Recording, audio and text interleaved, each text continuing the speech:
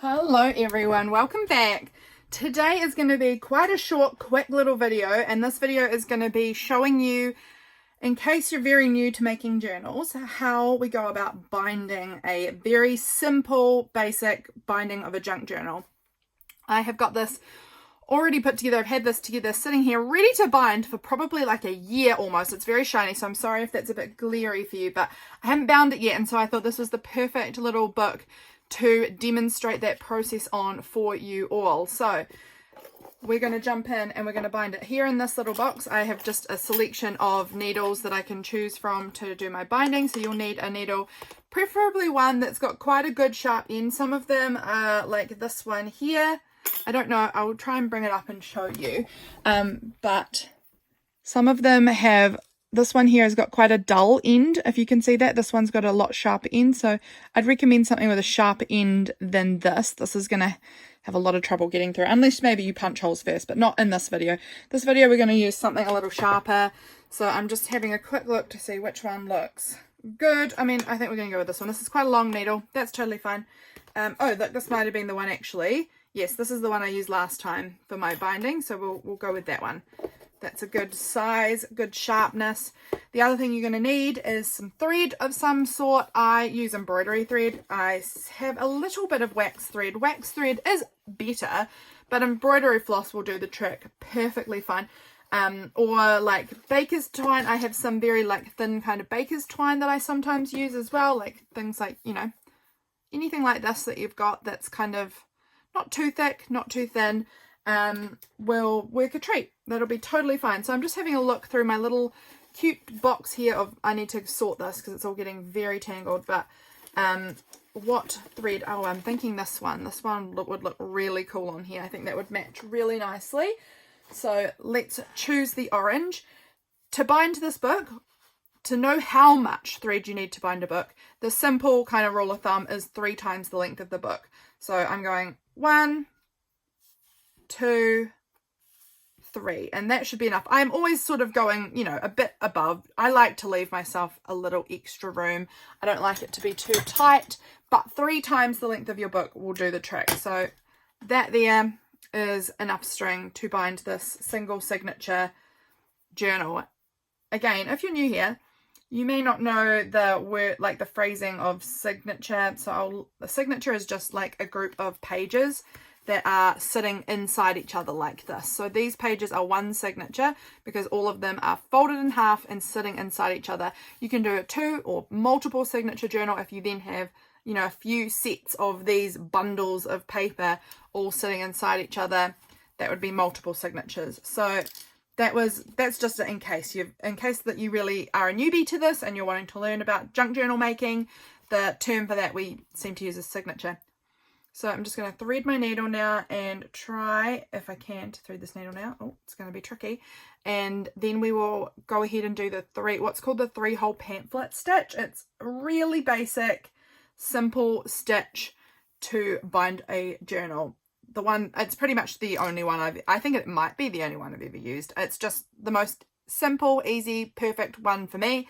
So I'll show you how to do that in just a moment. What we're going to need to do is, obviously, it's a 3-hole pamphlet stitch, so there will be 3 holes. One in the middle and then 2 either side of that, however you like. My journal style, I'm making a junk journal, so I'm very free and loose on how this looks. It's a junk journal. Nothing about this has to be perfect or really tidy or anything like that. It's a junk journal. It's made out of junk. It's supposed to be a little junky. So if this doesn't go perfectly for you, don't worry about it. It's not a big deal. So some people love to measure. I am not a measuring person. If you are a measuring person, please go ahead and do that. Measure the length of your cover, find the middle, and then find, you know, a certain amount of centimeters down from each end to make it look really neat and professional if that's what you want to do. I eyeball all of it. So I'm just going to go, that's about middle, and push it through. So from there, I'm just going to push right through all my pages and my cover. If you can get them all through in one go, that's great. If you can't, you might need to go through a certain number of pages and then through the cover separately, because this is actually quite thick. So Are we nearly through? We are nearly through the pages there. This is quite a lot of papers, I would say.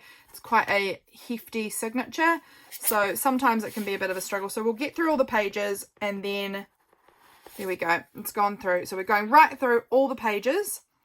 If it's less papers, then you might be able to go right through the cover at the same time as well. I can see there's a little hole there where I was going through, so I'll just continue along with that spacing, and we're going right through pages and cover, right through, and pulling our needle out. Obviously you don't want to pull the thread right through. You're going to leave a bit of a tail in there so that it, you know, we're actually sewing. So right from there we have gone through the middle, and we're going to go up to the top or bottom. It doesn't actually matter, just choose a side and go up about however far you want your stitches to go up. So I'm going to go down, you know, maybe a few centimeters down. I'm going to go about here. Again, this is a junk journal. Eyeball it if you want to, like I do. Measure it if you want to, like other people do. Not me. I am definitely someone who really loves the flexibility and looseness of a junk journal. I'm getting back to the center here so I can just open my pages up because I want to go through my cover once again. I'm just keeping my pages sort of lined up, going through my cover and into my pages. I find this side much harder. I find it much easier to go through the middle of the book and out than from the outside of the book to the middle, but not impossible by any means. It's still very doable, but it is a little bit trickier, I have found. But that's all right. So here we go. We're going through the cover. So we've gone up a bit, a little bit down from the top, and we're going through my cover. I can see that my pages have gone off kilter there, so I'm just going to go through the cover to start off with, because again they are quite thick, and then we're going to make a little mark. I'm just lining up my hole here with the hole in the cover so that it's kind of lined up, and then I'll just grab my pencil and make just a little mark there so I know where I'm going back through, and it will be kind of lined up. Again, you can eyeball this, and if it's a little wonky, it's not going to really be any big deal. You can do it however you want. It's really not that precious because again, we're making stuff out of just some junky papers that I've got at home. It's not anything too special. And actually, I really love the way junkiness looks in a journal. I personally have a preference for it to look a bit trashy and junky. That's how I really like it. So I am showing you my way. If you are looking for like a really, you know, a more, what's the word I'm looking for? Like proper and fancy way of doing it. This isn't probably for you, but this is a perfectly good way of binding a book that's going to work, and it's going to be fun and you know, it's going to be good. So keep watching if you want to keep figuring out this 3-hole pamphlet stitch. So once again, we've started from the middle, we've gone through the center and out the cover, we've gone up and back into the cover and through all the pages back through to the center. So now we're going to jump right the way down to the bottom. And we're going to go through about a similar distance from the top, you know, from the top of the cover here, the top of the cover to where we've gone in this side. We're going to go about a similar distance. So I'm going to go here. So you can see it's close enough to similar, maybe like a bit more than my finger, both sides, kind of top to bottom there. And we will catch those papers and go back through my papers here again. It's quite, like I said, I've got quite a lot of papers in this signature, so it is quite tough to push through all of them. I often do find that I like to use my desk. Sorry, you probably can't see now, but I'm using my desk to, can you see that? I use my desk to push down on so it doesn't hurt my finger so much. So that is something that you can try and do. Use something. So I've just used my desk as like a somewhere to put the end of the needle so that it can push through. And it just sort of prevents my fingers from getting kind of stabbed by the back end of the needle. So there we go. That's out, and I'm going to just line up. That's where that hole matches. So this hole in the papers matches the hole in the cover. Hole in the papers matches hole in the cover. Line them up, and then that's going to be, you know, roughly where I want to put the hole going through back my cover. Like that. There we go. So there we have it.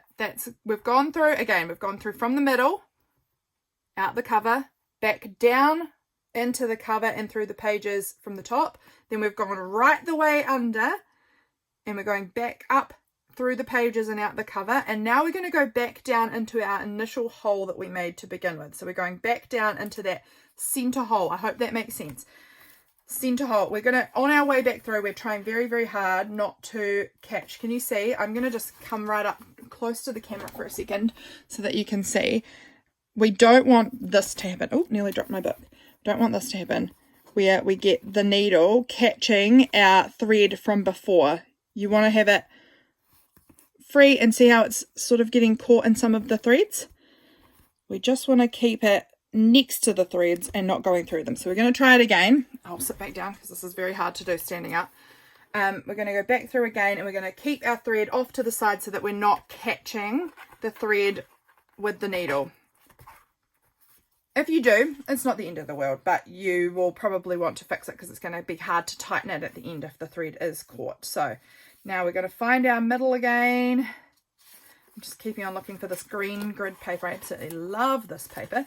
Right, we're going back through our original hole, back through the pages as well.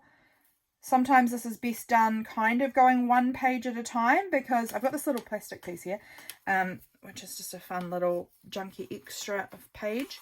We're going back through, and I'm not sure, I may have caught the threads there. I'm thinking I have. Have I?